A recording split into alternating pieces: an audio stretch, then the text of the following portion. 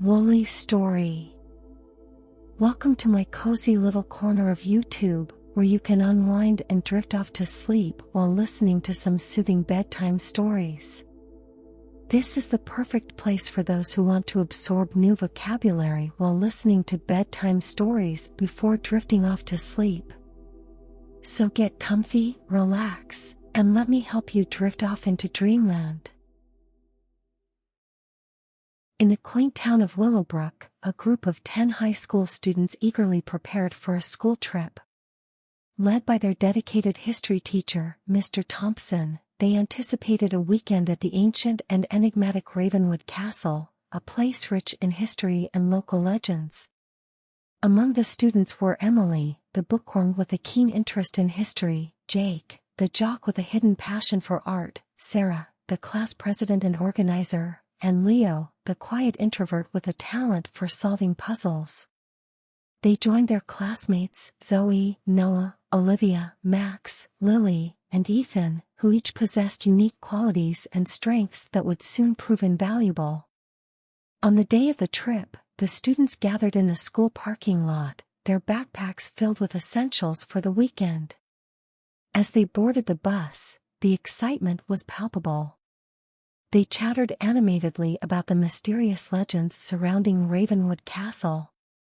"So, I've heard there's a hidden chamber in the castle that's been sealed for centuries," Emily shared, her eyes wide with curiosity. "Really?" Jake replied, "I wonder what's inside. Maybe some hidden treasure." Sarah, ever the pragmatist, chimed in, "Or it could just be a dusty old room." "Let's not get carried away." As the bus rolled along the countryside, the sky began to darken. The once clear day turned into a tempestuous storm, with rain pouring down in torrents and thunder echoing through the air. Mr. Thompson, the group's chaperone and history aficionado, attempted to calm the students as the bus swayed from side to side, struggling against the gale-force winds. "Hold on, everyone. The castle isn't too far now. We'll be safe there." Suddenly, a blinding bolt of lightning struck the ground in front of the bus, leaving behind a gaping, swirling portal. The driver, unable to swerve away in time, drove straight into it, and the bus vanished from sight. The students screamed as they were hurtled through the portal, their bodies feeling weightless and disoriented. When the bus finally came to an abrupt stop, everyone was in shock. "Where are we?" whispered Leo, peering through the rain-streaked windows at an alien landscape. The storm had ceased, and in its place was a world filled with vibrant colors, lush forests, and towering mountains. As the students exited the bus, they were greeted by a wise talking owl perched on a nearby branch. "Welcome, young travelers, to the enchanted realm," the owl said in a melodic voice. "You have been brought here by a powerful magic, and to return home, you must complete a quest." The bewildered students and Mr. Thompson gazed at the talking owl, who introduced himself as Alistair, the guardian of the enchanted realm. The lush, otherworldly forest teemed with life, and the air buzzed with an inexplicable energy that filled the group with a mix of wonder and apprehension. Alistair led them to a glade bathed in golden sunlight, where they discovered a quaint village bustling with a myriad of fantastical beings.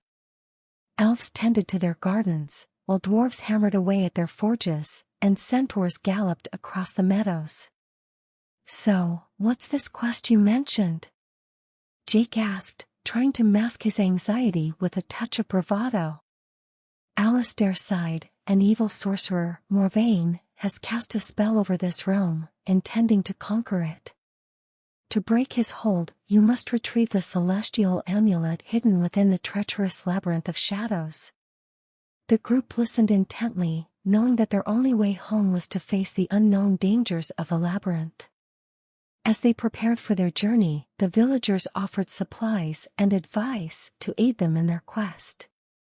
Emily sought knowledge from the village's wise elders, learning about the history of the enchanted realm and Morvain's rise to power. Sarah meticulously planned their route to the labyrinth, while Leo devised potential strategies to overcome the challenges that lay ahead. As the group ventured deeper into the enchanted realm, they encountered magical creatures, both benevolent and malevolent. Nymphs guided them through the treacherous whispering woods, and they narrowly escaped the clutches of a wily banshee. One night, while gathered around a crackling campfire, Lily shared her concerns. "I'm scared. What if we're not strong enough to complete the quest?" Ethan, who had been silent until now, looked at each of his classmates and said, "We're stronger together. Each of us has unique talents that can help us succeed. We just need to believe in ourselves and trust each other." As the students and Mr. Thompson pressed on, they grew closer and began to recognize the inner strength and abilities that lay dormant within them. Unbeknownst to them, the enchanted realm was already changing them, preparing them for the trials they would soon face in the treacherous labyrinth of shadows. The students and Mr. Thompson finally arrived at the entrance of the labyrinth of shadows, a massive, imposing structure carved from black obsidian. Its walls stretched high into the sky, and a palpable aura of darkness emanated from within. The group took a deep breath, and with a shared nod, they entered the labyrinth. The air inside was cool, and the stone walls seemed to shift and whisper, disorienting the travelers as they navigated the winding passages. In the first chamber, they encountered a mischievous sphinx named Azara. She lounged atop a stone pedestal, her golden eyes gleaming with curiosity. "Ah, brave adventurers," she purred, "to proceed, you must answer my riddles 3. Emily stepped forward, her love for books and riddles finally proving useful. With each riddle, the group huddled together, debating and deducing the answers. When they correctly answered the third riddle, Azara smiled and revealed a hidden doorway. "Well done, mortals. You may proceed," she said, before vanishing in a puff of smoke. The next challenge awaited them in a cavernous chamber, where they faced a pack of fire-breathing dragons. Jake, the fearless athlete, led the group in a daring dance of evasion, using their agility to outmaneuver the fearsome beasts. Just when they thought all was lost, Noah discovered a hidden lever that, when pulled, released a torrent of water that extinguished the dragon's flames and allowed the group to pass safely. Further into the labyrinth, they encountered a group of dangerous tricksters known as the Shadowkin. These beings delighted in deception and confusion, creating illusory walls and shifting pathways. It was Leo's sharp mind and attention to detail that led them through this part of the labyrinth, as he deciphered patterns in the chaos that guided them to the correct path. As they ventured deeper, the group faced various other trials that tested their courage, intellect, and trust in one another. Zoe's compassion helped them befriend a lonely goblin who shared invaluable knowledge about the labyrinth.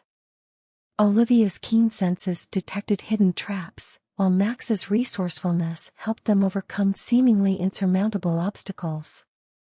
Finally, the group arrived at the heart of the labyrinth, where the celestial amulet lay upon a pedestal, bathed in a halo of light.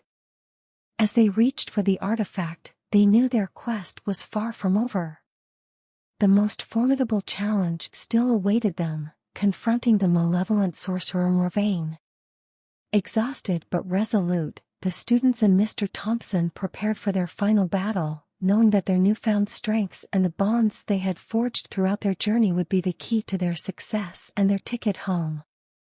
With the celestial amulet in their possession, the group emerged from the labyrinth of shadows, only to find themselves on the outskirts of a dark, twisted fortress.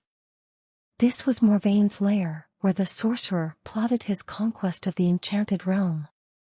As they approached the fortress, the air grew colder, and a sense of dread settled over the group. However, they could not turn back now. Their mission, and the fate of the realm, rested on their shoulders. They entered the fortress, and within its sinister halls, they discovered Morvain, a tall, imposing figure draped in shadows, his eyes glowing with an eerie green light. You dare challenge me, mere children? He sneered, his voice echoing through the chamber. Sarah, her voice filled with conviction, replied, "We're not just children. We're a team, and we've come to put an end to your evil reign." Morvain laughed, his voice cold and devoid of mirth. "Very well, then. Let us see what you can do." With a wave of his hand, he summoned a legion of shadowy minions that lunged towards the group. The students and Mr. Thompson fought back, using their newfound abilities, strengths, and the enchanted weapons they had acquired during their journey. Emily cast spells from ancient tomes, while Jake wielded a powerful enchanted sword, and Leo used his strategic prowess to outsmart Morvain's minions. As they battled, it became clear that their unity and trust in one another were their greatest weapons. They fought in harmony, each relying on the other's strengths to overcome the challenges before them. Finally, with a combined effort, they cornered Morvain, and Lily held the celestial amulet aloft. The artifact radiated a brilliant light that enveloped the sorcerer, shattering his power and breaking his hold over the enchanted realm. The dark fortress crumbled around them, and the group stood victorious, their bonds stronger than ever, and their belief in themselves and each other unshakable. They had faced their fears, conquered their challenges, and saved an entire realm. Now, it was time to return home. With Morvain defeated, the group returned to the village in the enchanted realm, where they were welcomed as heroes. The villagers, overjoyed and grateful for their victory, held a grand feast in their honor. Laughter and merriment filled the air as the students and their teacher celebrated with their new friends. As the festivities wound down, Alistair approached the group, holding the celestial amulet. "You have done a great service to our realm, and now it is time for you to return home." The students exchanged bittersweet glances, knowing that they would miss this magical world and the friends they had made. Alistair used the amulet to open a shimmering portal that connected to their world.